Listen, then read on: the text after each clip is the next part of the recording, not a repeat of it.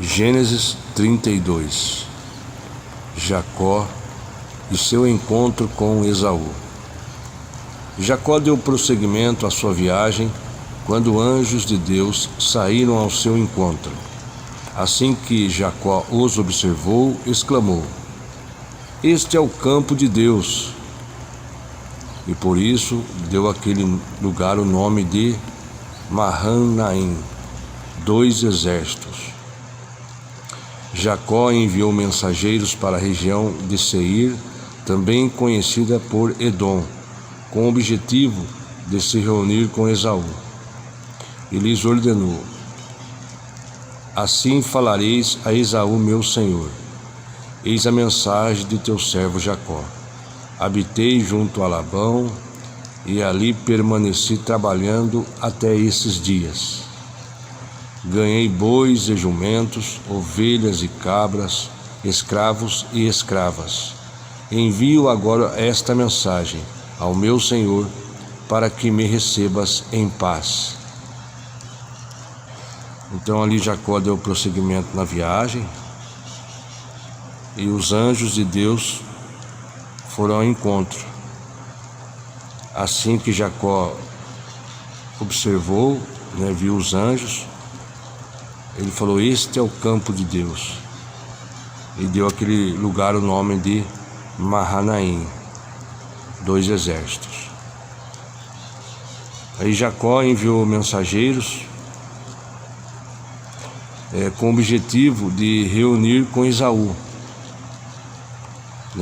Estava com o objetivo de se encontrar, se reunir com Esaú. Eles ordenou: "Assim falareis a Esaú, meu senhor: eis a mensagem do teu servo Jacó." Aí falou que a questão que ele habitou com Labão, que trabalhou até por esses dias, ganhou bois, que ele ganhou jumentos, ovelhas, cabras, escravos, escravas. E ele enviou uma mensagem para que receba ele em paz. Para que receba em paz. Versículo 6. Os mensageiros voltaram a Jacó com as seguintes notícias: "Fomos a teu irmão Esaú. Ele mesmo vem agora ao teu encontro e há 400 homens com ele." Jacó teve grande medo e sentiu-se deveras angustiado.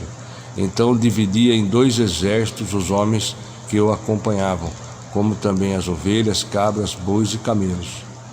Pois assim planejou: se Esaú vier e concentrar seu ataque em um dos grupos, o outro terá chance de escapar.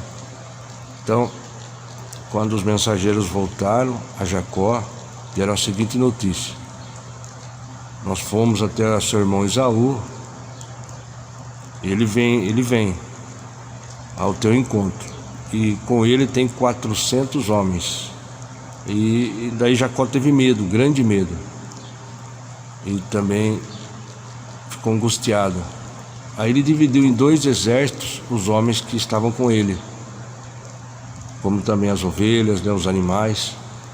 Aí ele planejou dessa forma: se Esaú vier e atacar um dos grupos, o outro terá chance de escapar. Então Jacó orou: "Ó Deus do meu pai Abraão, Deus do meu pai Isaque, ó Senhor, que eu me orientasse. Ó Senhor, que me orientaste, retorna à tua terra e à tua parentela, e eu te farei prosperar. Reconheço que não sou digno de toda a bondade e lealdade e misericórdia com que tens tratado o teu servo. Eu não tinha senão um cajado para atravessar o Jordão, e agora posso formar 2 exércitos."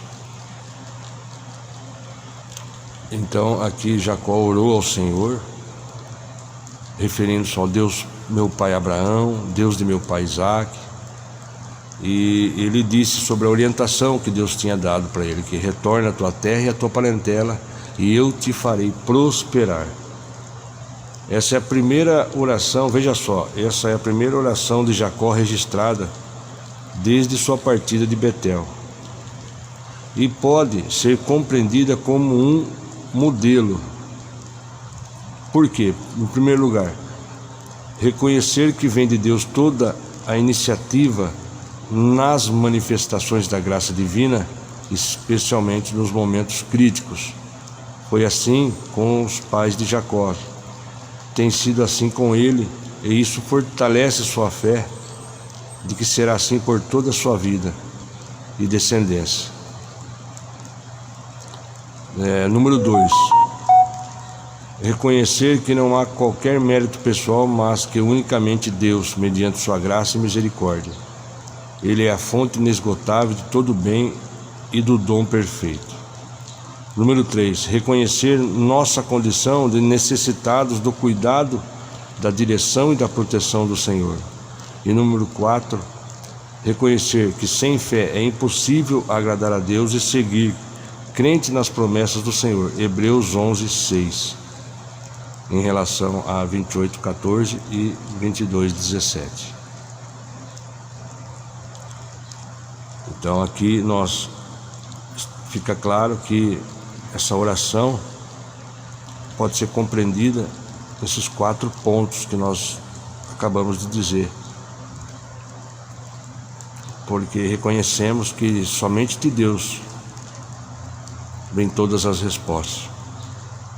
É Ele que cuida, é Ele que zela, é Ele que nos ampara, é Ele que nos dá a direção, é Ele que nos dá a proteção. E nessa primeira oração de Jacó, temos essa certeza absoluta. Versículo 11. Livra-me, portanto, das mãos do meu irmão Esaú, pois tenho medo dele, para que não venha matar-nos a todos, inclusive as mães e as crianças. Foste tu, com efeito, que disseste: eu te acumularei de bênçãos, e tornarei a tua descendência como a areia do mar, que se não pode contar de tão numerosa. Assim, depois de passar ali mesmo a noite, separou entre seus rebanhos um presente para oferecer a seu irmão Esaú. Um presente de 200 cabras e 20 bodes, 200 ovelhas e 20 carneiros, 30 fêmeas de camelo com seus filhotes, 4 vacas e 10 touros, 20 jumentas e 10 jumentos. Jacó dividiu todos esses animais em grupos e pôs um servo para tomar conta de cada rebanho, e deu a seguinte ordem: ide adiante de mim e deixai espaço entre os rebanhos. Então nós percebemos aqui ele declarando ao Senhor que tem medo de Esaú, e ele se referiu em oração a Deus que o Senhor disse assim para mim: eu te acumularei de bênçãos e tornarei a tua descendência como a areia do mar, que se não pode contar de tão numerosa. Aí ele passou mais uma noite e começou a separar os rebanhos como presente para oferecer a seu irmão Esaú. Então ele preparou o presente, que 200 cabras, bodes, de animais. Ele dividiu esses animais em grupos e colocou um servo para tomar conta desse rebanho. Ele ordenou a ele para ir adiante e deixar espaço entre os rebanhos. Então essa foi a preparação em oração, e também ali preparando o presente para oferecer a seu irmão Esaú. Versículo 17. Ao primeiro deu esta ordem: quando meu irmão Esaú se encontrar e te indagar: de quem és? Para onde vais? A quem pertence que está diante de ti? Responderás: é de teu servo Jacó. É um presente oferecido a Esaú, meu senhor, e ele mesmo chegará atrás de nós. Assim Jacó deu a mesma instrução ao segundo e ao terceiro, e a todos os que caminhavam atrás dos rebanhos que seriam entregues.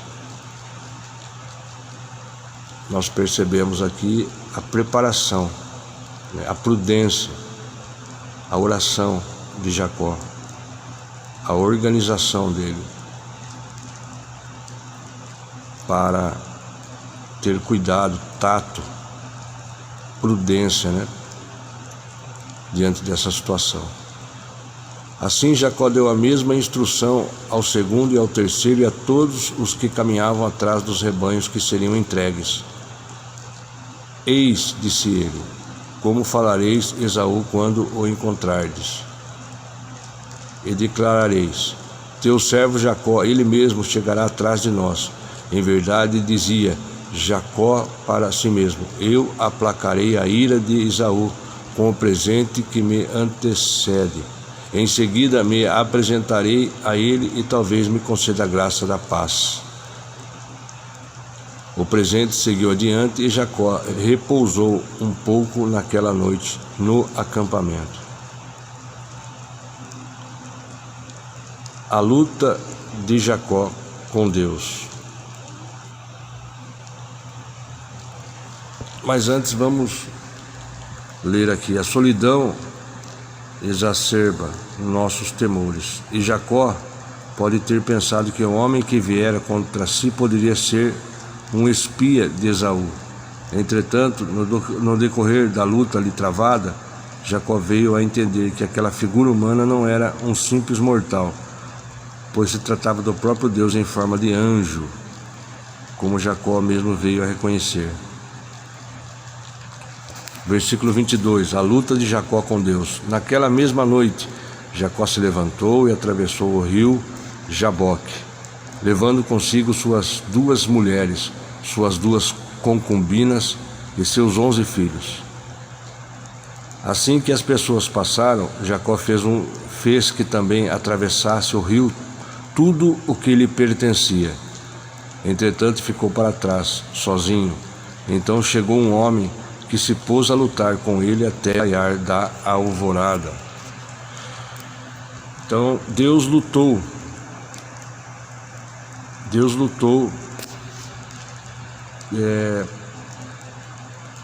com Jacó. Jacó veio entender que aquela figura humana não era uma pessoa normal, não era um simples mortal, mas o próprio Deus em forma de anjo. O próprio Deus na forma de anjo. Durante toda a sua vida, Jacó lutou para prevalecer, primeiramente com Esaú, depois com Labão. Agora, prestes a entrar novamente em Canaã, foi-lhe revelado que teria que enfrentar a Deus. O anjo poderia facilmente vencer Jacó, mas transparece no contexto original que Deus desejava que Jacó se lhe rendesse de modo espontâneo e completo, corpo e espírito, com um só golpe. O Senhor o privara de qualquer capacidade de resistir. Então ele não poderia mais se esconder, não poderia mais enganar ou fugir, não tinha para onde fugir. Assim Deus age também conosco. O Senhor nos levará, a cada um dos seus eleitos, submissos à sua presença, submissos à sua pessoa. Isto, no entanto, ele realiza somente depois de levar-nos aos extremos de nossas resistências humanas e necessidades físicas, intelectuais e emocionais. Por causa da típica arrogância humana, oferecemos a Deus nossa descrença e resistência constantes, assim como a incapacidade de reconhecermos sua boa e permanente mão paternal, procurando chamar a nossa atenção para o bom caminho e nos disciplinando. Todavia, em alguns de nós, ele precisa tocar a fim de reduzir-nos à impotência total. Em alguns casos, Deus precisa tocar na gente a fim de nos reduzir e sabermos que somos totalmente impotentes, ou pelo menos ao reconhecermos de nossas limitações e total dependência do Pai, e assim revelar-nos a sua infinita e maravilhosa graça. 2 Coríntios 12, 9 e 10. Foi também por esse motivo que vos escrevi, ou seja, saber se por meio dessa prova sereis obedientes em tudo. Se perdoardes alguma coisa a alguém, também eu perdoo. E aquilo que perdoei, se é que havia alguma falta a ser perdoada, perdoei na presença de Cristo, por amor de vós, a fim de que Satanás não tivesse qualquer vantagem sobre nós, pois não ignoramos as suas artimanhas. Continuando, versículo 25. Quando o homem percebeu que não seria possível dominá-lo, tocou na articulação da coxa de Jacó, de forma que ele deslocou a coxa enquanto lutavam. Então ele declarou: deixai-me ir, pois já rompeu o dia. Contudo, Jacó lhe rogou: eu não te deixarei partir, a não ser que me abençoes. Ao que o homem lhe inquiriu: qual é o teu nome? Jacó, respondeu ele. Então o homem orientou-o: não te chamará mais Jacó, mas sim Israel, porquanto como príncipe lutaste com Deus e com os seres humanos e prevalecestes. Vejamos só, nada nem ninguém vence a Deus. Jacó não suplantou o Senhor. Deus é que deu a Jacó a graça de vencer a si mesmo e as circunstâncias da sua vida com o Espírito de Deus. Com o Espírito de Deus. Jacó notou que estava lutando com Deus e o agarrou, suplicando que não o abandonasse, mas cumprisse a promessa feita da outra vez que ficou para trás e sozinho em Betel.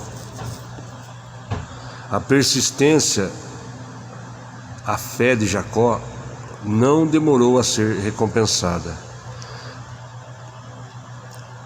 Jacó reconhece que a verdadeira e plena bênção só pode vir de Deus. Por isso, de agora em diante, o seu nome, sua identidade de caráter, deixaria de ser Jacó, o suplantador ou enganador, em hebraico, e passaria a ser Israel, vencedor com Deus, ou aquele que luta na companhia de Deus. Deus mais tarde confirma o novo nome de Jacó para sempre. 35:10. Glória a Deus. Continuando, versículo 29. Suplicou Jacó prontamente: dize, rogo-te, revela-me como te chamas. Replicou o homem: por que me perguntas pelo meu nome? E ali mesmo o abençoou. Então denominou Jacó aquele lugar Peniel, face de Deus, porquanto afirmou: vi a Deus face a face, e contudo minha vida foi poupada. A revelação aqui do nome de alguém era, especialmente na antiguidade mesopotâmica, um passo muito adiantado num relacionamento interpessoal, no sentido de se firmar uma amizade sólida, íntima, e de estabelecer-se uma aliança mútua. Conhecer o nome e, portanto, o teu significado proporcionava, num certo sentido, um controle sobre a própria pessoa.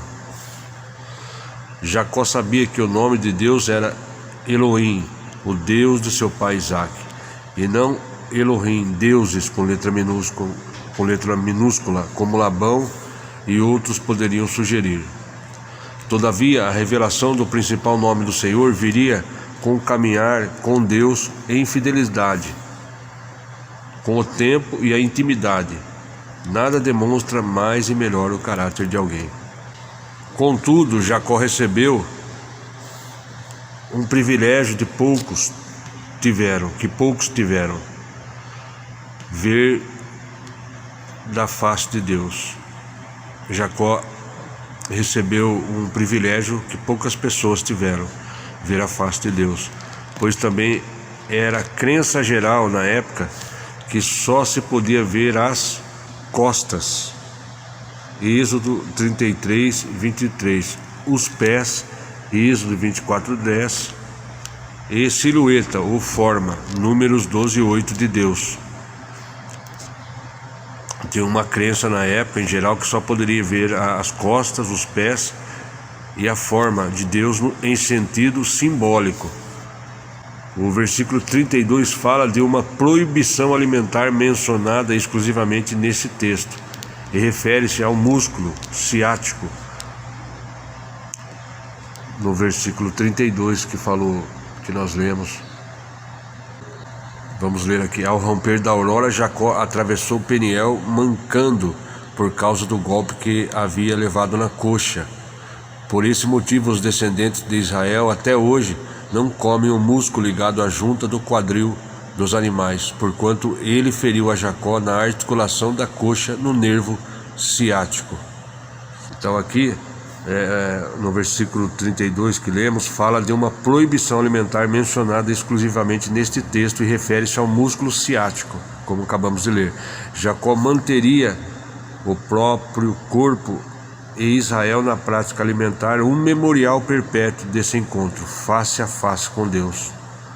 Lembrando que Peniel em hebraico significa face de Deus e Betel, casa de Deus. Aqui nós acabamos de ler Gênesis 32.